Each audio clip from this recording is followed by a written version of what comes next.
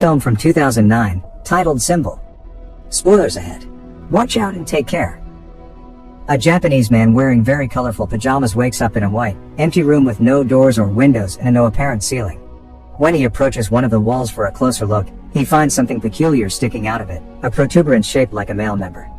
After poking it a couple of times, he presses the tip, which causes hundreds of giggling baby angels to come out of the floor and walls, staying there only for a couple of seconds before they go back the way they come. One thing they leave behind, however, now all their members are sticking out of the wall and floor. This is the phase known as learning. As he sniffs the finger he used to touch the weirdly shaped button, the man screams in fear, followed by crying out and begging for help from whoever may be around, to no avail. He decides to start pressing the various buttons to see what happens, and every time he does, a different random object falls into the room, from a small toothbrush to a big vase. By pressing the same button again, he is given the same object, and that's how his testing of this concept on one particular button gives him a big pile of chopsticks. His amusement is short-lived, however, when he presses the button next to the chopstick one and a small cart comes out of the wall and hits him on the legs. The next button he presses after crying out in pain transforms into a butt, which passes gas on his face. Hours later, the man has accumulated a huge variety of random objects in the room, and when he throws the ball at the wall, it presses a button that gives him sushi. This excites him since he's been getting hungry, but he realizes that he's missing soy sauce. He asks his captors for it, but as always, he gets no answer, so he repeatedly presses one of the buttons until he has a bunch of sushi in front of him but still no sauce. Giving up, the man proceeds to eat the sushi, which he finds rather delicious, and once he's finished the last piece, he presses the button for more, getting furious when a bottle of soy sauce finally shows up. After angrily pushing the bottle out of the way, he presses a different button and gets a pair of old school 3D glasses. When he puts them on, he manages to see a baby angel pointing at his member, and the man gets happy because he thinks he may have found the answer. However, after pressing that particular button, all he gets is a countdown and a giant butt appearing from above to pass gas on top of him. Some hours later, he's read 5 volumes of a manga that he finds very entertaining, but when he presses a button to get the 6th, he gets the 7th instead. Frustrated, he starts trying other buttons, which give him 8 and 9 but still no 6.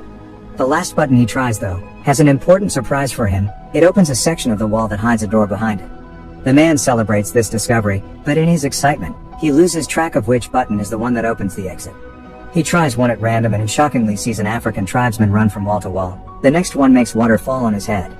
The third one turns out to be the one he needs, and as soon as the wall opens, he runs to it, only to see it close on his face. His second try ends the same way, and it's then he realizes that the door stays open as long as the member tip is down, so he starts trying out different ways to achieve it. First, he goes for a runner position, pressing it with his foot.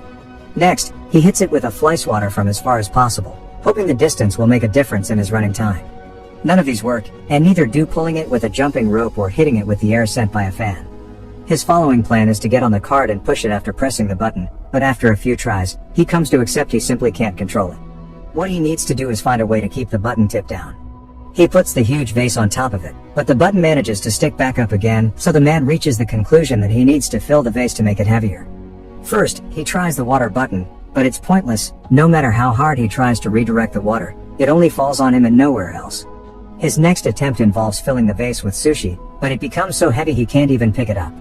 The neck of the vase is also too narrow for his hand to go through, so the man has no other choice but to use chopsticks and remove a bunch of sushi piece by piece. Moments later, once he's removed enough, he manages to barely pick up the vase, so he does exactly that and takes it closer to the buttons. When he gets there, he finds himself having to put down the vase on the floor because he has lost which button it was again, and when he tries one, the African tribesman comes out and accidentally bumps into the vase, causing it to crack and break in half. This sends the man over the edge, who, as he freaks out and yells nonstop, finds the right button and begins covering it with sushi. This, of course, doesn't work either, and the little member pops up among the rice.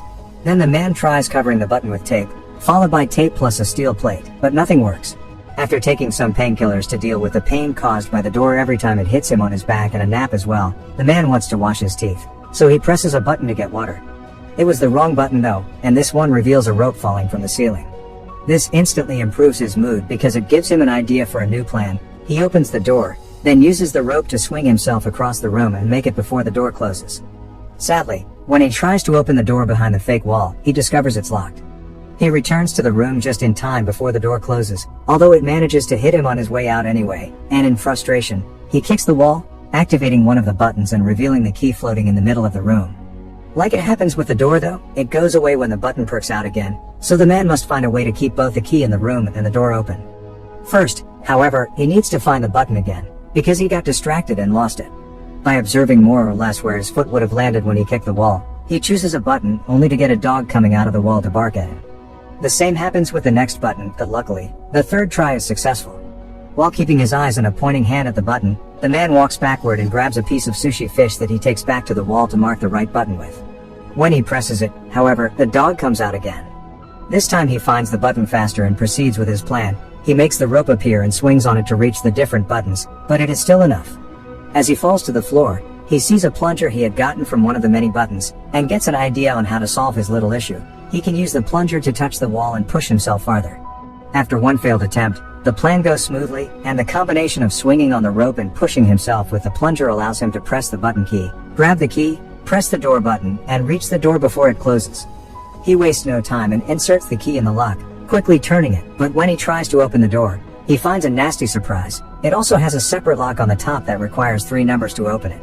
The man rushes out, getting hit by the door as it closes, and in frustration, he throws the plunger at the opposite wall, activating the button that releases the African tribesman. As he watches him walk by, he realizes something. There are 3 numbers painted on his forehead, which must be the combination he needs. Since the time behind the door is limited, the man goes through the process of doing the whole swinging on the rope and jumping deal 3 times, 1 for each number to be put in. The 3rd time, he stays there and opens the door, which is a bit stuck and he has to push extra hard to open it. When he finally manages to do so, the piece of wall behind him closes, leaving him trapped and without enough room to finish opening the door. Devastated, the man sits on the floor and starts crying, remembering all the fun he had with the objects he had gotten from the buttons.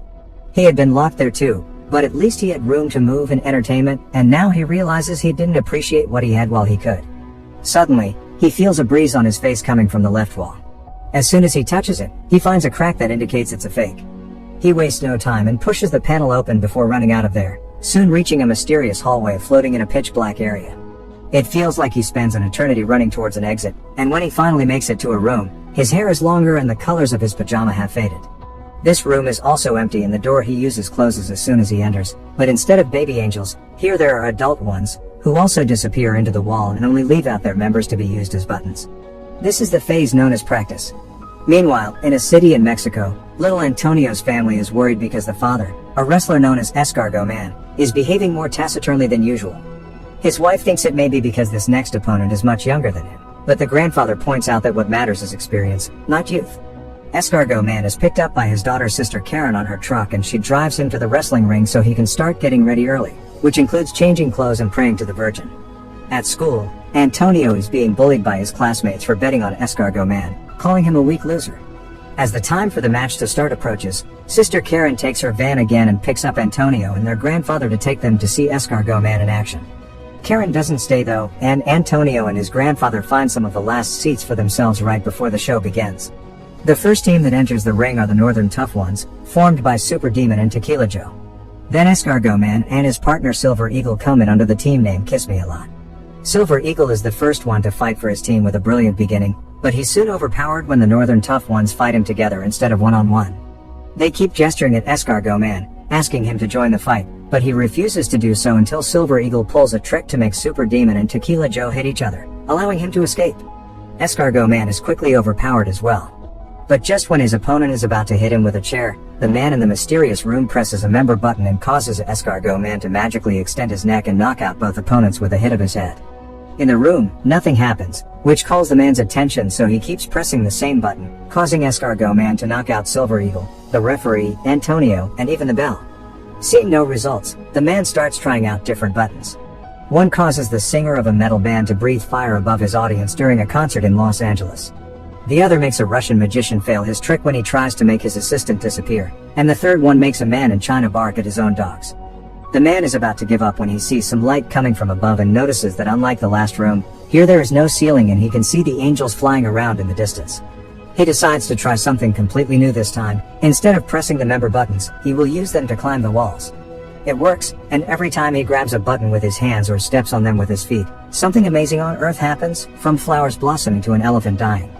The highest he goes, the more complex the effects become. It's not only nature anymore, there is also humanity in both the little and the big things, like a toaster and landing on the moon. By the time he makes it to the top, both the man's hair and beard had grown long, and he doesn't need to hold onto the wall anymore. Now he can float as well, just like the angels, and using all his experience gained from the training at the previous rooms, he embraces his role of God and begins choosing humanity's biggest hits on purpose instead of randomly pushing buttons. By the time he's done, he's surrounded by feathers instead of walls, and he enters a glowing portal that takes him to the last room. This one has the continents on its walls and a huge member button that the man is about to press.